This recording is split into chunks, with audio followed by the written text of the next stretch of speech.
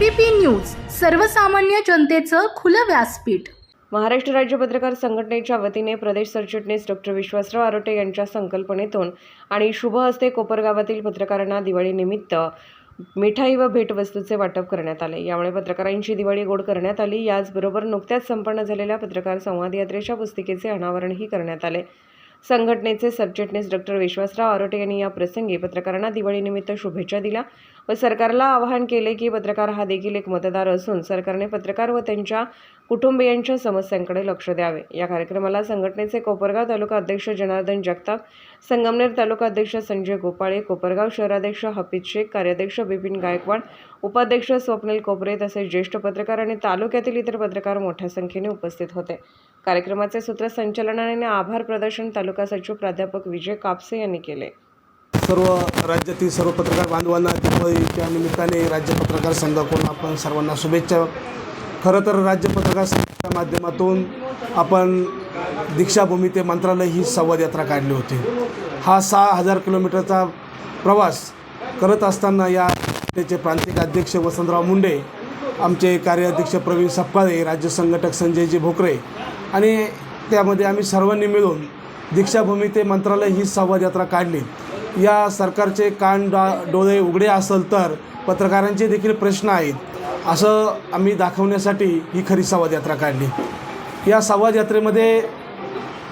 यात्रेचा शुभारंभ नागपूर येथे दीक्षाभूमीला का करण्यात आला तर डॉक्टर बाबासाहेब आंबेडकर यांनी पहिलं बहिष्कृत नावाचं दैनिक सुरू केलं आणि ते दैनिक बहिष्कृत भारत सुरू केल्यानंतर त्यांचा आदर्श मनात ठेवून आम्ही ही संवाद यात्रा नागपूर ते दीक्षाभूमीपर्यंत जात असताना प्रत्येक तालुक्यात जिल्ह्यात जाऊन तेथील ज्येष्ठ संपादक असेल, ज्येष्ठ पत्रकार असेल, वृत्तपत्र विक्रेते असेल, या सर्वांना या संवाद यात्रेचं वैशिष्ट्य काय आहे आणि त्यांच्या असणाऱ्या मागण्या आणि आपल्या मागण्या एकत्रित करून ही संपूर्ण माहिती आपण केंद्र व राज्य सरकारकडे काय मागण्या आहेत हे देण्यात आलेलं आहे। खरं तर या संवाद यात्रेमध्ये आम्हाला अनेक अनुभव आले। अनेक ज्येष्ठ पत्रकार आहेत। आजच्या ज्येष्ठ पत्रकारांना राज्य सरकारकडून कोणत्याही प्रकारची सेवानिवृत्तीनंतर जी मदत व्हायला पाहिजे ती मदत करण्यात येत नाही। सेवानिवृत्त झालेल्या अधिकाऱ्याला 6 महिन्यात पेन्शन लागू होते, पण ज्येष्ठ पत्रकार ज्यावेळेस त्याची फाईल घेऊन जातो त्यावेळेस त्या जिल्हा माहिती कार्यालयाकडून मोठ्या अटी लादल्या जातात।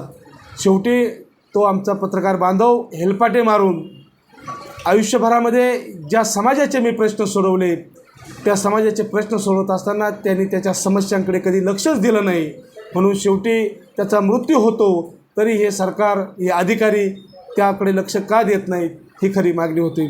या संघटनेचे प्रांतिक अध्यक्ष वसंतराव मुंडे यांच्याकडे एक व्हिजन आहे, कारण ग्रामीण भागातील पत्रकारिता करत असताना त्यांनी लाडधरी ते बीड यामध्ये काम करत असताना त्यांनी आज लोकसत्ता समूहात ते काम करतायत। आम्ही देखील एका वर्तमानपत्रात काम करतोय आणि पत्रकारांच्या व्यथा काय आहेत हे शासनाकडे मांडत असताना त्या कशा सोडवल्या जातील याचं देखील व्हिजन त्यांनी एक तयार केलं आणि त्या संवाद यात्रेच्या माध्यमातून राज्य सरकारला सांगितलं। त्या 24 मागण्यांपैकी ही जी प्रमुख मागणी आपली जी होती, पत्रकारांचं एक महामंडळ असावं, वृत्तपत्र विक्रेत्यांचंही महामंडळ असावं, कारण सर्वांचेच महामंडळ तयार झाले होते पण पत्रकारांचं महामंडळ नव्हतं। अनेक जण म्हणतात पत्रकारांचं महामंडळ झाल्यानंतर काय होईल, यापेक्षा पत्रकारांचं महामंडळ जर झालं तर माझे ग्रामीण भागातील जे पत्रकार आहेत त्यांच्या व्यवसायासाठी त्यांना नक्कीच एक आधार मिळू शकतो आणि म्हणून त्याबद्दल या राज्य सरकारचं अभिनंदन करतो। खरं तर आज परिस्थिती अशी निर्माण झालेली आहे, हे सरकार मतांच्या गठ्ठ्याकडे पाहून जर कामं करत असेल तर पत्रकारांकडे देखील मतांचे गठ्ठे आहेत ही सांगण्याची वेळ आलेली आहे। आमच्या एका राज्यभरामध्ये आपल्या पत्रकार संघाचे 27,000 सभासद आहेत। या पलीकडे जाऊन ज्या गावामध्ये एक पत्रकार जरी असला तर त्या गावचा कारभार सुसह्य परिस्थितीत चालतो, कारण ह्या गावात एक पत्रकार आहेत ही वचक एक पत्रकाराकडे असते। म्हणून पत्रकारांचे देखील प्रश्न आहेत आणि ते प्रश्न राज्य सरकारने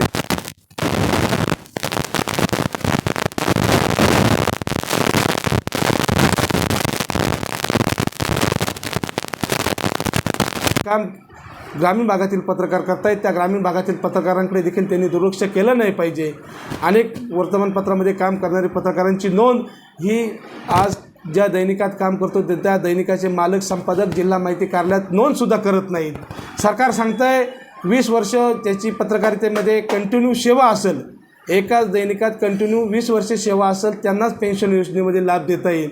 आज स्पर्धेच्या युगामध्ये ज्या दैनिकात नाहीत, इलेक्ट्रॉनिक मीडियात नव्हे, जिथे जास्त पॅकेज मिळतं तिथे प्रत्येकजण जात असतो. मग पत्रकारांनी कोणतं असं पाप केलं की त्याला दुसऱ्या मोठ्या वर्तमानपत्रात जर चांगली संधी मिळाली तर जाऊ नये. म्हणून सरकारला आमची ती देखील विनंती आहे, 20 वर्ष सेवा तुम्ही धरतायत, पण ती एका दैनिकाची न धरता जो त्याने फक्त वर्तमानपत्रामध्ये कोणत्याही करो पण 20 वर्षाची ती सेवाग्राह्य धरली पाहिजे, ही एक आपली मागणी आहे.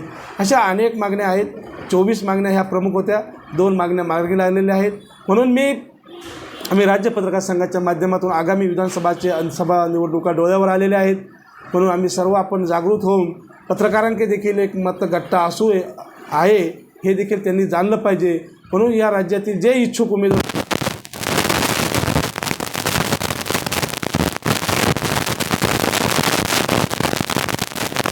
आम्हाला कोणत्याही राजकीय पक्षाशी देणं घेणं नाही. आम्हाला सर्व पक्ष सर्व धर्म समभाव आम्ही त्याप्रमाणे वागणारे आम्ही सर्व पत्रकार बांधव आहोत. आणि म्हणून जो कोणी प्रतिनिधी जाईल त्या प्रतिनिधींनी त्या आमच्या सर्व पत्रकारांच्या ज्या मागण्या आहेत त्या मागण्या या अगोदरील 4 महिन्यापूर्वी आम्ही आमच्या सर्व पदाधिकाऱ्यांनी त्या मतदारसंघातील खासदार, आमदार, लोकप्रतिनिधी आहेत आणि राज्य सरकारकडे देखील याची नोंद आहे. म्हणून आता तरी पत्रकारांनी देखील जागं होऊन या राज्य सरकारचे पदाधिकारी असेल, आमदार असेल, खासदार असेल, यांनी देखील पत्रकारांच्या मागण्यांकडे विचार करावा. हीच खरी आमची या निवडणुकीमध्ये पदाधिकाऱ्यांच्या वतीने आमची मागणी आहे. पुन्हा एकदा दिवाळी सणानिमित्ताने आपण सर्वजण या ठिकाणी आलात. राज्यातील पत्रकारांचे देखील प्रश्न आहेत. या सरकारचे कान, नाक, डोळे उघडे असतील तर पत्रकारांच्या मागण्यांकडे त्यांनी चांगल्या प्रकारे विचार करावा.